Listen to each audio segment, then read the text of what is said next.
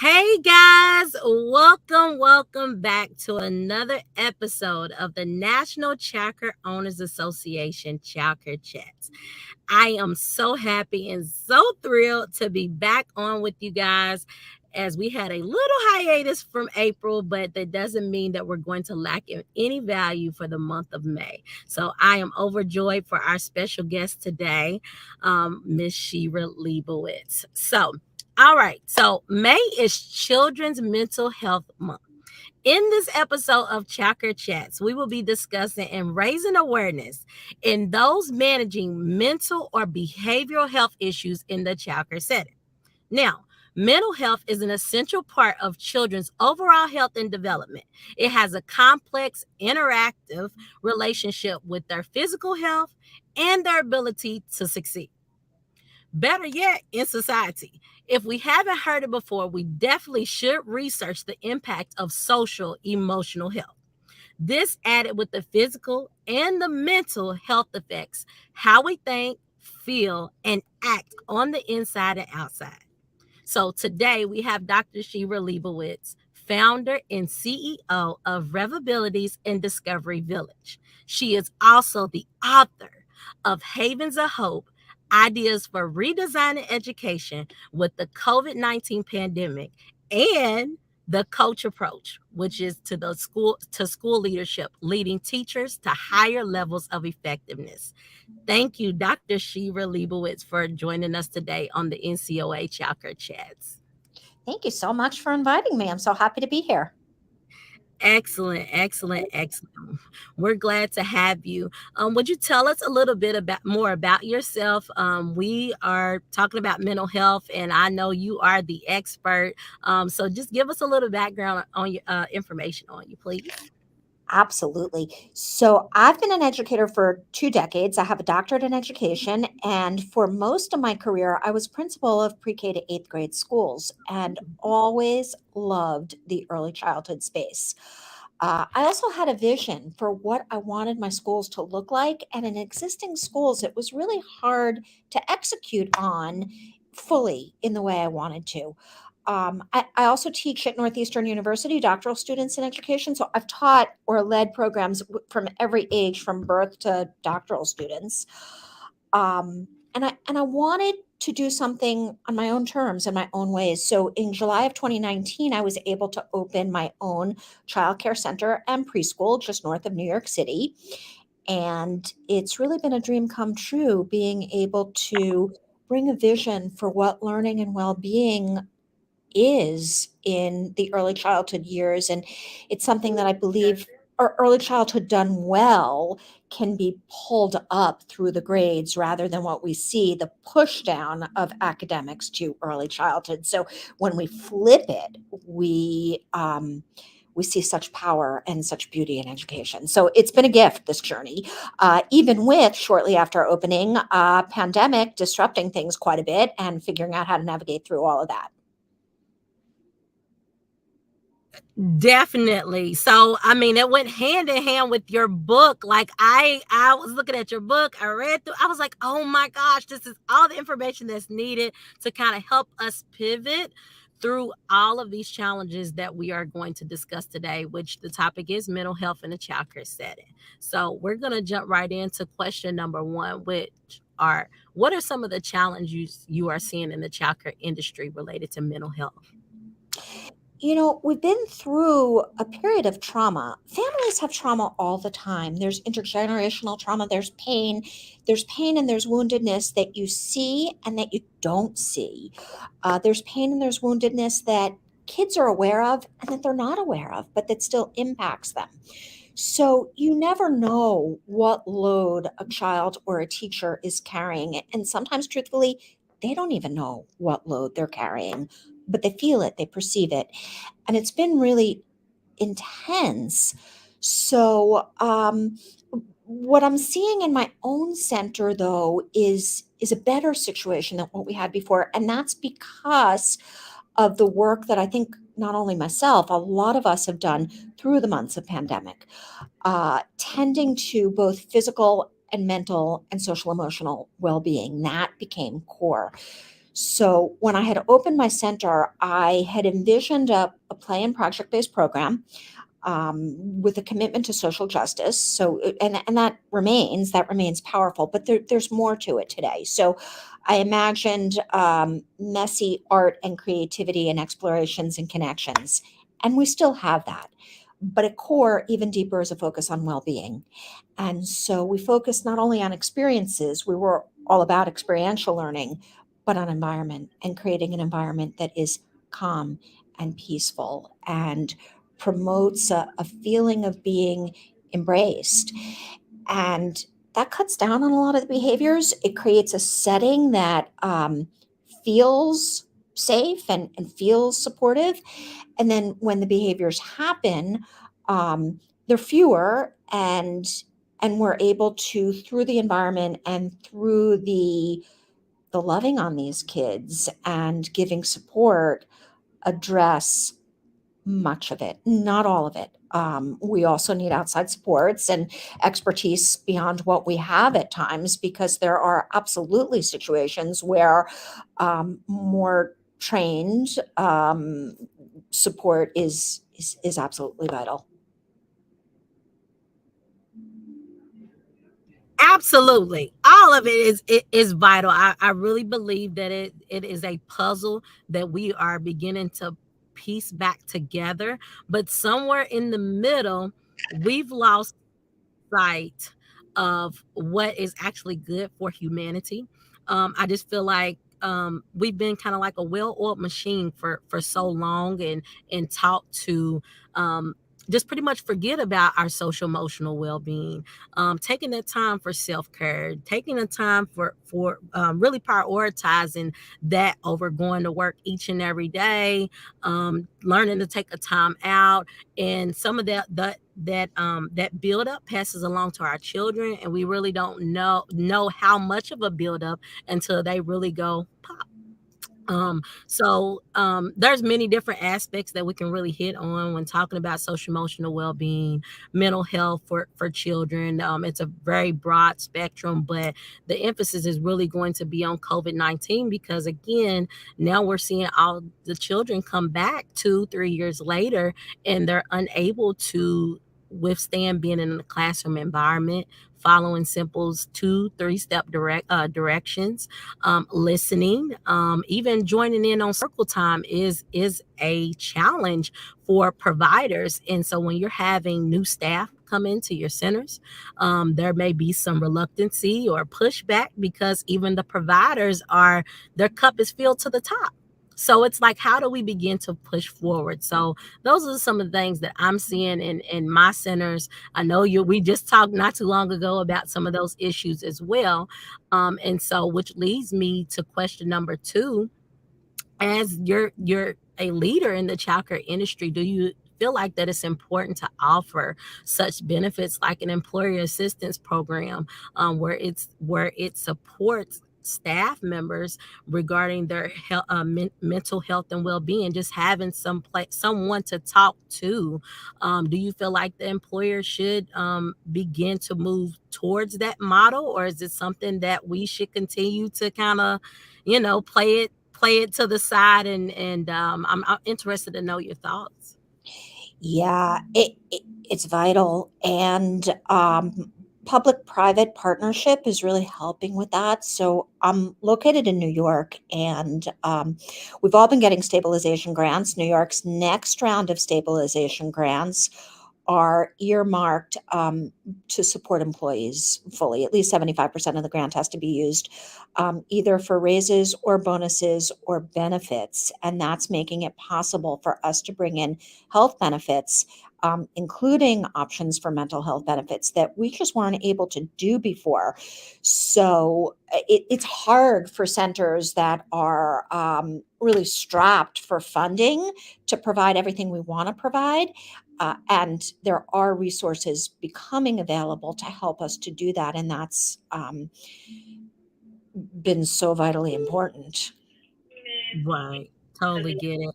I believe that the NCOA is working on some stuff in the works, to providing a few services like that.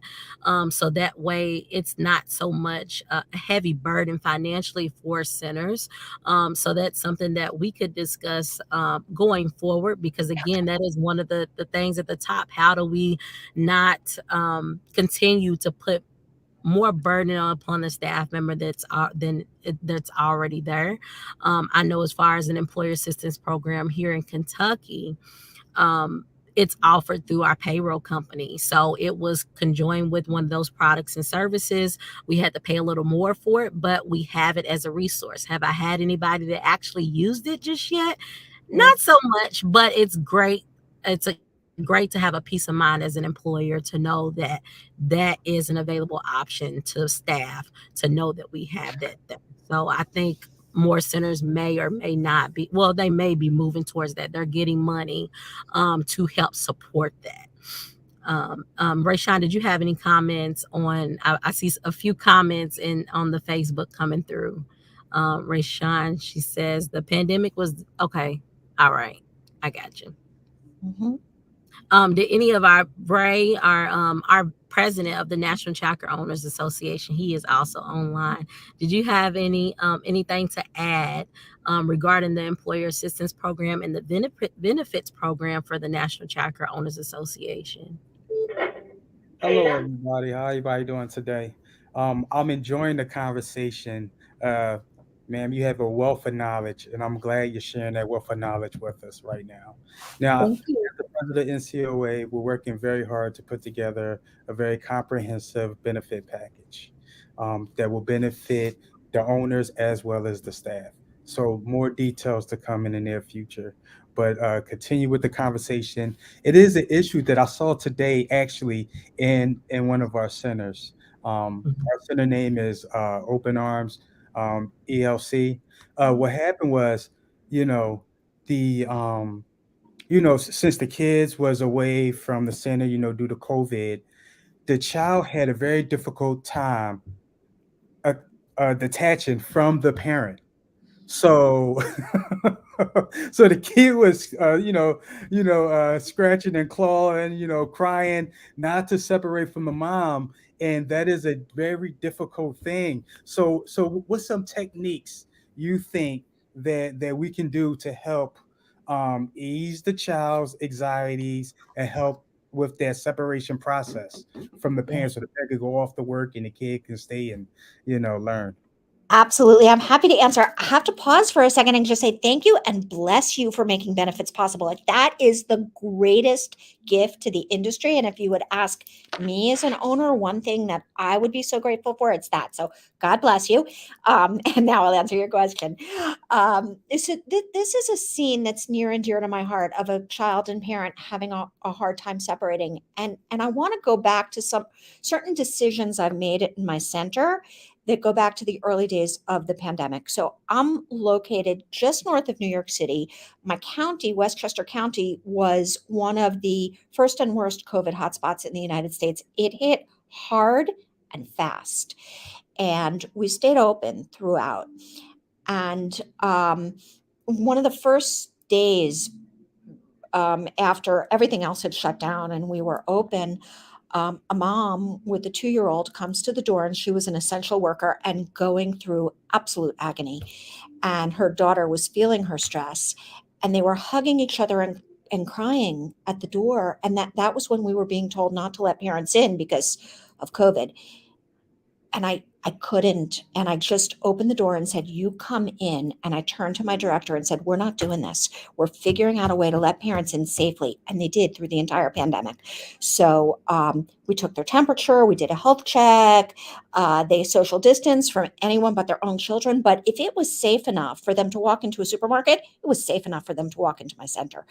And so that became central, and it became about the emotional safety, the social, emotional, and mental well being, as well as the physical health. And I didn't want to go extreme on the physical safety, like not letting parents in when they were allowed in the supermarket next door, when that was going to harm the social, emotional well being. And so it's It's all to me about being highly responsive and connected and in a relationship. And there's never one way. It's not a recipe. I mean, one way was parents are allowed in my center all the time. They have an app that opens the door. They can come in, they can watch. So I never had to tell them what my COVID policy were. I never had to convince them. They could come in anytime and see. And that kept us on our A game as well, because anyone could come in at any, and not anyone, it's secure, but any parent could come in at any time. So that was really key. In terms of right now, when we have children who are having trouble separating, we love on them. We have one child recently who's been having a hard time separating in the morning, but she loves to cook. So we pull her into the kitchen with our chef. She spends 10 minutes helping him prepare lunch, and they're laughing and joking. And then she goes back in and she's in the know on what's for lunch later. And she has a great rest of the day. So sometimes just a little bit of giving heart and connecting and giving them a little bit of time to ease in really does the trick. Each child is different, so you have to see what works with each one. Uh, but but knowing them and having them know you and being responsive to them really changes that dramatically and helps them ease in and have a great day. Absolutely. I think we got to go get away from that whole group mentality and focus on the what is best for the individual, especially children. And I mean, I even experienced this now with my three girls. I'm a single mom,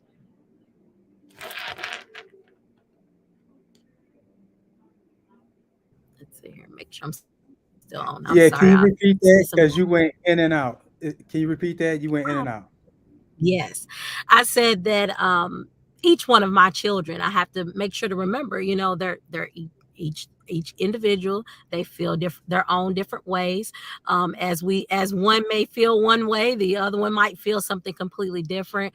And but the thing that gets me the most as just a provider is when you have a large extensive center, how do you begin to pick up the pieces and do that when you have, I mean, my first center is licensed for 40 children. So when you talk about a center that's sizable such as yours, Dr. Shira, how do you begin doing that? I mean, you said you had 128 children that were enrolled. So how do you begin um, to teach each child and reach each child as if I mean they are their own individual? How do you begin to do that?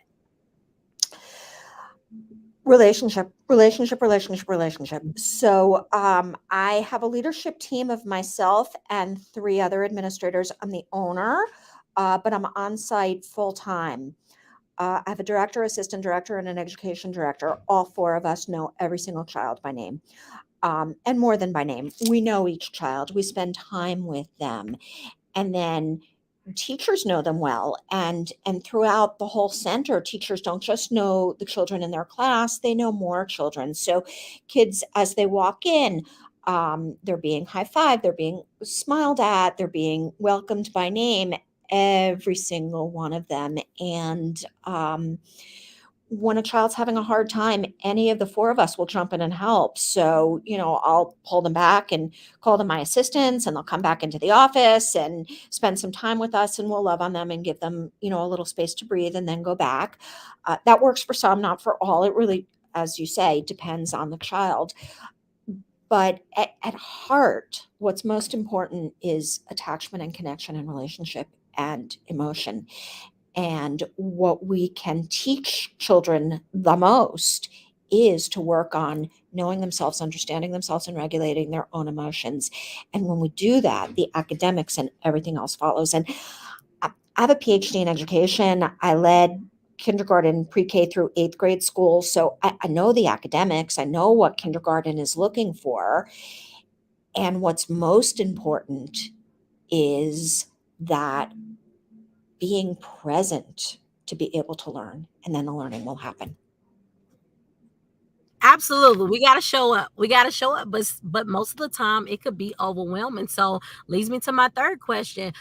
What do you do as a provider, and how do you incorporate self-care into your daily routine?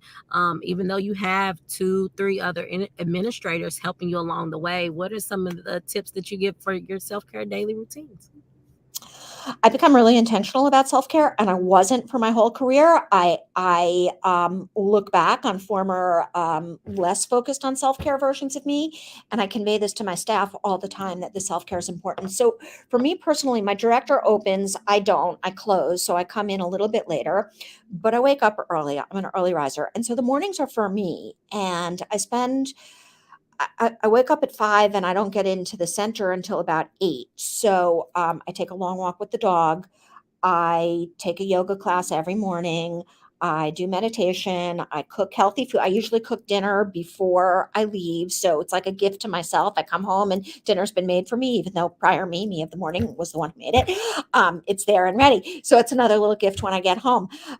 But I take that morning and I view it as like a little yoga meditation retreat every single day, a little vacation every single day. And then when I leave, I feel like whatever hits me, I've spent the time in the morning to take care of myself. So it's not huge things all at once, but it's small, consistent things every single day. Small, consistent sites. My, what, one of our board members, Joy Maxwell, she always says, "Small bites. Think of things of small bites, and if you just do that, it begins to add up to a larger picture." So definitely, I love that little yoga retreat thing. Might have to try that. It's fun.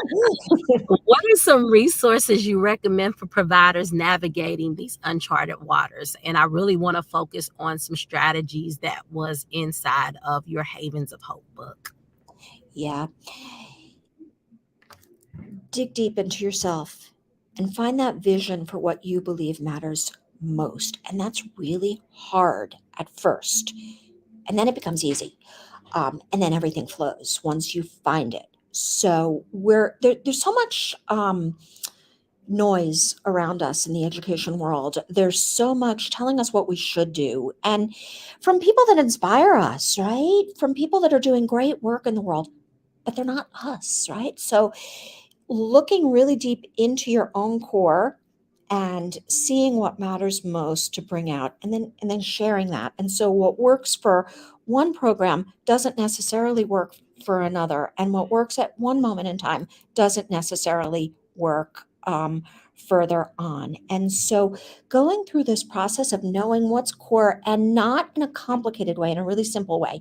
So my center's name is Discovery Village, and before pandemic, we had talked about giving the care of a village, the creativity of an art studio, and the discovery of a science lab.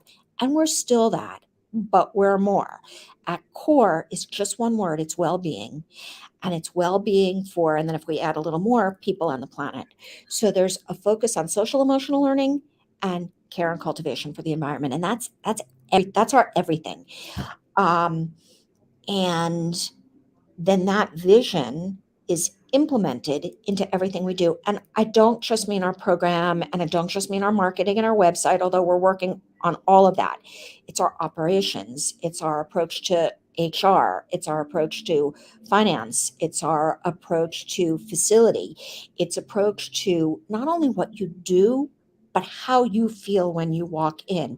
So we feel really proud and excited when parents will walk in, new parents or new teachers, and will say, it feels like a spa in here. The essential oils are blowing and the soft music is playing, and it is calm, like chill and calm. And we may have chaos going on in the background, but nobody feels it and nobody sees it. We keep ourselves calm. And we found that inside of ourselves. We really had to look inward, and now it flows. So I've been an educational leader for a long time. I've presented a lot of school visions to a lot of staff, and it's been hard when I present this and say we're all about well-being. They say, "Oh yeah, of course," because we've been living it for so long, so implicitly, that when we make it explicit, it feels obvious to everybody. Absolutely. I love the essential oils. Like, So good. where can we get some training on implementing those that type? of training and coaching, because we need that.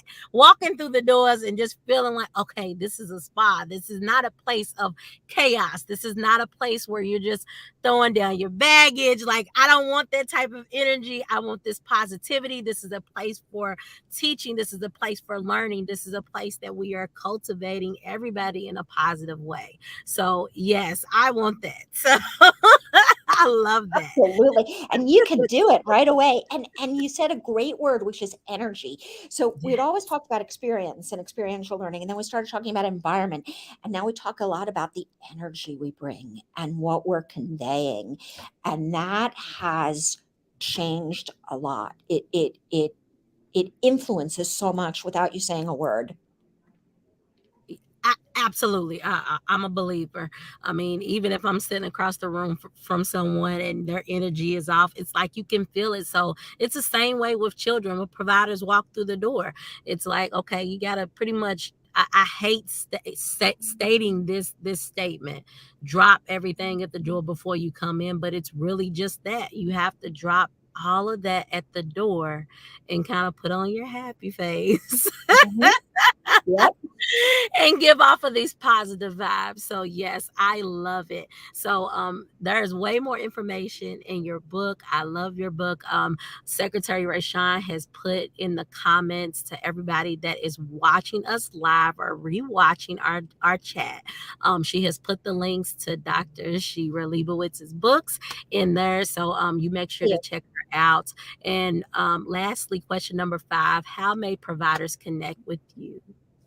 So there's a couple of ways, and I'd love you to connect. You can email me at Shira at revabilities.com, REVABILITIES.com.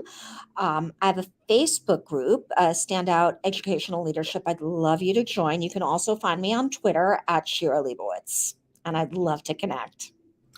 Are you very active on Twitter? I was in the day. I was in the day. So actually, my first book, The Coach Approach to School Leadership, was co-authored. Havens of Hope I wrote alone. And the two co-authors were educators who I had met on Twitter. We had facilitated a Twitter chat for years together, and we hadn't met face-to-face until after the book was published. So Twitter's a place I've connected with a lot of awesome educators. I haven't been as active there in the past couple of years, but I've been coming back. So you can definitely find me there. Oh, definitely. We're going to make sure to connect, and we're going to send all of our members over to your group. We definitely want to support you, and we definitely need all the information because you are, like our president, Ray said, you are a wealth of knowledge, and I cannot wait to get done reading these books. So, again, thank you so much on behalf of the National Childcare Owners Association. We definitely appreciate you for joining us on the Childcare Chats today. Does any of our board members have anything else left to contribute to our Childcare Chat today? Yes, I had one more question. I'll try to be brief. The question I would like to ask, since we're dealing with mental health and we would like to address mental health issues with childcare owners, my question is, what advice would you give to childcare owners dealing with mental health issues? Dealing with the day-to-day business problems. Like, what advice would you give them?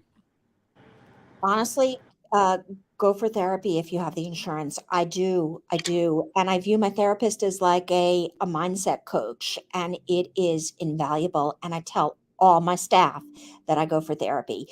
I want stigma to be taken away from proactively getting ourselves support and keeping ourselves in a really good mental space. So if you have access, go. If you find free access, go. And then do things that take care of you, whatever that is. So my morning routine I talked about earlier is really key to me. And I'll talk to my staff about making sure they take, whether it's in the morning or it's in the afternoon or whenever it is, really taking time to tend to themselves and being attuned. So a lot of the social emotional teaching that we do with kids we're teaching ourselves or reminding ourselves at the same time about regulating our emotions, about being aware of our emotions, and about when we're feeling a little bit of emotional overwhelm, whatever emotion that is, taking the time to take a breath and pause and think about how you want to respond. And Absolutely, but I think it does go without saying that there is a liability aspect to dealing with mental health and issues inside the challenges inside the center. So I think that we will definitely pick back up, and we will also like to re-invite you to that conversation as well, because it is an area of concern with childcare center owners, that there's like, okay, well, how much is too much? How much liability should I concern myself with before I do have to refer the child out for services, or even termination when it comes to staff. So I always like to end on a juicy note so we can keep the conversation going. That is definitely something for us to discuss on our next episode of Childcare Chats, guys. So if anybody doesn't have anything else left to add, I would love to restate our mission at the NCOA is to promote collaborative approaches to high quality operating standards for all childcare owners by connecting practice, policy, and research. And if you are interested in joining our mission and receiving specialized training focused on strengthening your childcare business practices, then visit our NCOA website at www.thencoa.org and purchase a membership. Thanks again for joining us, you guys, and I have a great, great, great, great afternoon. Thank you. Thank you.